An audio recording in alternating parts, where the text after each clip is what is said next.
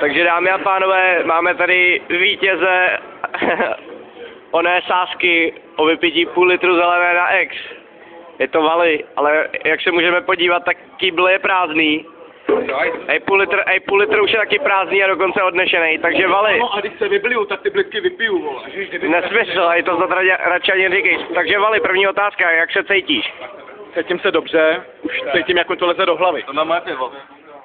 Cítíš, jak ti to... Ale řekni mi, kolik jsi vůbec vlastně vyhrál? Tohle sázkou. Vyhrál jsem půl litru zelený zdarma, potom 50 korun papírovej, 80 korunovou stravenku a potom nějaký drobný a hlavně tuhle růžovou cigaretku, kterou si teďko slavnostně připákáš. Ty se Ty vole, to není... To není tvrdá měna. To není tvrdá měna, to je falšované. Já si vypákem, píčo. Takže to, na tyto otázky odpoví kdo? Zipák To nebo je můj manažér, který mě podporuje ve veškerých nechutných akcích. Protože stejný prase.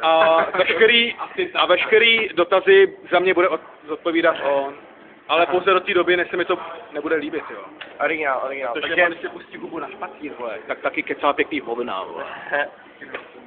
Ale Vali, takže Když to něco kouká, vole. Čau, Vali. můžeš odhadem říct, kolik to tak může být promile? Můžeš odhadem říct, kolik to tak může být promile teďka z té krvi? Tak 1 promile víc ne. Tak čau. Ty takový zkušený kalič, už jsi měl někdy otravu krve alkoholem? Ano, 3krát. A můžeš říct kdy? Zkouška, raz, dva, První to bylo v 16 letech, když jsem byl na 30. narozeninách mojí sestřenice, to jsem nebyl schopný chodit. A pak už to bylo takový decentní. Tak to je v pohodě. Další otázka, jak ti chutná růžový cigáro, co jsi vyhrál? Měl jsem ho už na Silvestra na chatě, nemusím to, ale teďko je to vítězný, takže ho rád dám, že jo. Cítíš se na cestu domů v tuto chvíli, nebo si myslíš, že ještě chvilku se zdržíš? Odjel jsem autem i po 20 humech, vole sice na studnu, ale odjel, takže to odjedu. Můžeš nám říct, si tu autem nebo jdeš pěšky? Samozřejmě autem, já sotkou nejezdím a pěšky už vůbec nechodím. Ježíši Kriste. No, na to nemám co říct. Takže můžeme říct, že Vali je úspěšný řidič, jak tak koukáme. Boural jste už někdy? Jo, mojí studnu, vole. Jenom se služebním autem. Na mojí studnu, vole.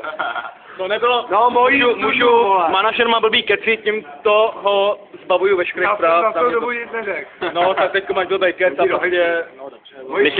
Myslíte si, že jste tímto výkonem překonal Tonyho, jako v jeho excesech? V žádném případě na to nikdo nemá. Tony totiž neví, kdy má dost. Jak si myslíte, že dopadne tento večer ještě pro vás? Myslíte, že to ve finále dopadne tím, že zelená půjde ven, nebo že to zůstane uvnitř, hezky v teple? Já si myslím, že když nepřijdou na řady rumy, tak zelená zůstane hezky v teple. Zelená se může být teplá i studená. Jde o to, že když přijdou rumy, vole, tak se zešavlím jako prase. Máte třeba hlad? Ne. A máte ještě chuť vůbec něco pozřít teďka?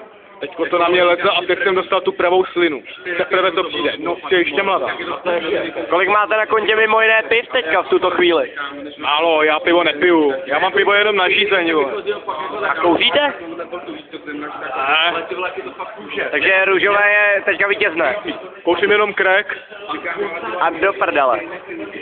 No tak snad už nezbývá nic jiného, než popřát vám hodně štěstí. A držte se.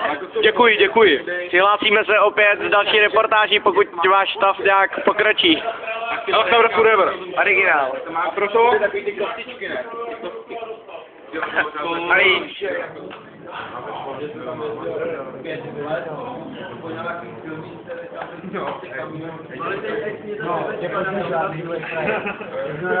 Já 75 kg stravenku.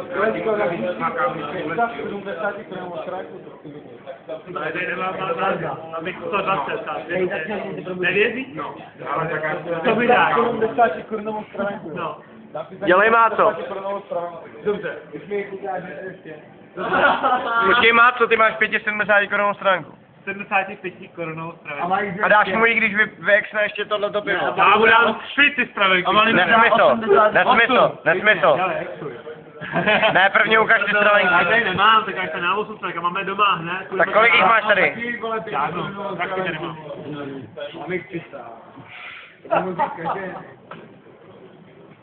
Nemá to, co ty máš vlastně? Nic.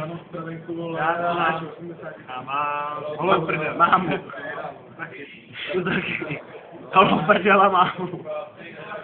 Počítač, ty vole. Holou prdel, počítač na hodinu. A na CSku stačí. Ty doplatíš.